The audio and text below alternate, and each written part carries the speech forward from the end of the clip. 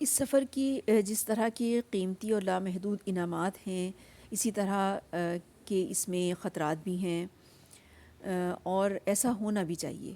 بہت سے لوگ اسے بالکل ہاتھ نہیں لگاتے، گو کہ یہ کتاب کہیں قریب ہی رکھی ہوتی ہے، اور بہت سے اس کے دروازوں سے واپس کر دیے جاتے ہیں۔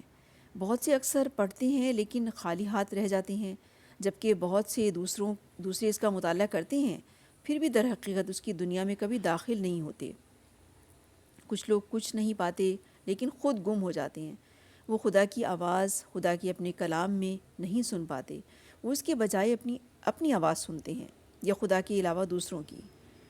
اللہم اعذنا منہ، اللہ تعالیٰ اس طرح کے رویے سے بھی ہمیں محفوظ رکھے جن کا اس میں ذکر کیا گیا ہے، جس طرح کی مطالعہ کرنے والوں کا ذکر کیا گیا ہے۔ اللہ تعالیٰ ہمیں اس سے محفوظ رکھے اور اپنے کامیاب بندوں میں شامل فرمائے، آمین۔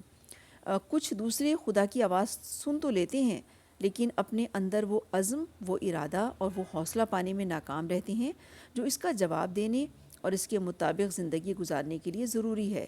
کچھ وہ بھی کھو دیتے ہیں جو ان کے پاس ہوتا ہے، اور قیمتی جواہرات جمع کرنے کے بجائے پتھروں کا کمر توڑ بوجھ لے آتے ہیں جو ان کو ہمیشہ تکلیف دیتا رہتا ہے۔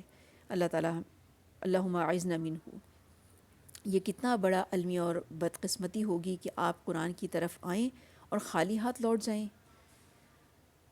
اللہم اجرنا من النار، اللہ ایسا نہ ہو۔ آپ کی روح کے تار مرتعش نہ ہوں، نہ دل میں کوئی لہر اٹھے، نہ زندگی میں کوئی تبدیلی آئے، جیسے داخل ہوئے تھے ویسے کہ ویسے باہر نکل گئے۔ قرآن کی برکتیں شمار نہیں کی جا سکتی، مگر آپ ان میں سے کتنی لیں گے اس کا انحصار اس ظرف کی وسعت اور مناسبت پر ہے جو لے کر آپ اس کے پاس آئیں۔ اس لیے بالکل شروع میں ہی اپنے آپ کو خوب اچھی طرح احساس دلا لیجئے کہ قرآن آپ کے لیے کیا مرتبہ رکھتا ہے اور آپ سے کیا تقاضا کرتا ہے۔ عزم مصمم کیجئے، قرآن کی اس کی شان کے مطابق تلاوت کریں گے تاکہ آپ کا شمار ان لوگوں میں ہو، آمین۔ جن لوگوں کو ہم نے کتاب دی ہے وہ اس کی اس طرح تلاوت کرتے ہیں جس طرح اس کی تلاوت کا حق ہے۔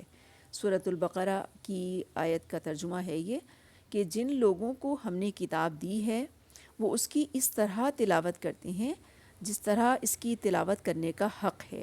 اللہ تعالیٰ ہمیں قرآن پاک کے جو حقوق ہم پر ہیں ان تمام حقوق کو پورا کرنے کی توفیق عطا فرمائے۔